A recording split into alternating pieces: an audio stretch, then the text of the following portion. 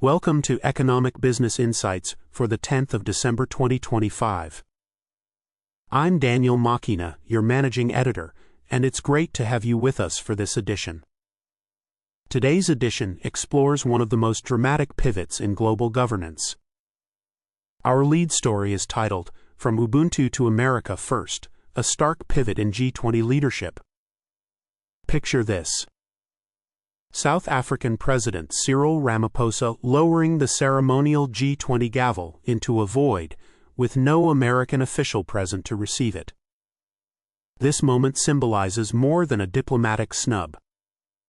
It reflects a profound ideological shift in how global power will be exercised in the year ahead.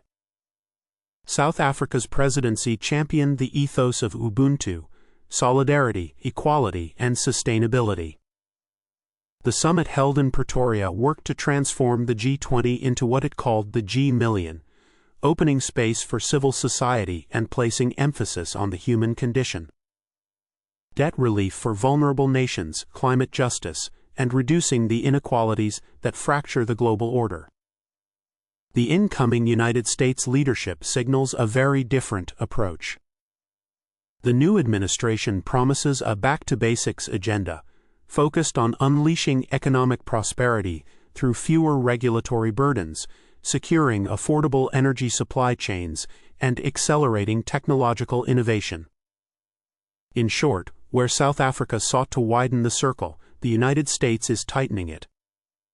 This shift poses a critical test for global cooperation. South Africa insisted on leaving no one behind. The U.S. approach is far more transactional: cooperation with clear, measurable returns on investment. The danger is that the urgent needs of developing nations, food security, climate resilience, and sovereign debt pressures, could be sidelined as inefficiencies.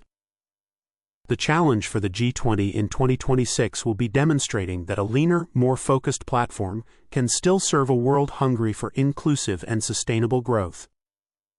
Let's turn to our articles for this edition. We begin with our feature story, Charting a Shared Future: Strategic Pathways for the G20 under U.S. Presidency.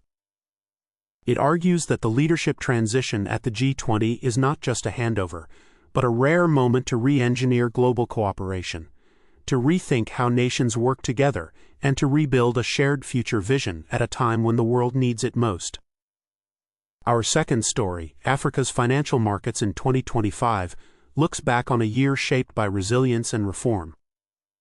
Despite global turbulence, African markets continued to adapt and innovate, opening new opportunities for investors who are willing to see beyond short-term volatility.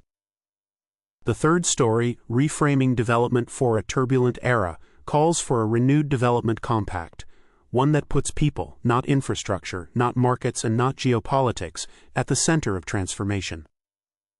It's a reminder that genuine progress in sub-Saharan Africa begins with the well-being, dignity, and agency of its people.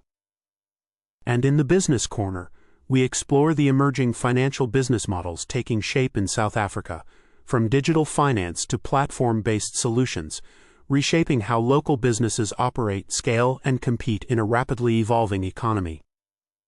You can read all full articles at https://economicbusinessinsights.co.za/. Thank you for joining us. Enjoy the reading.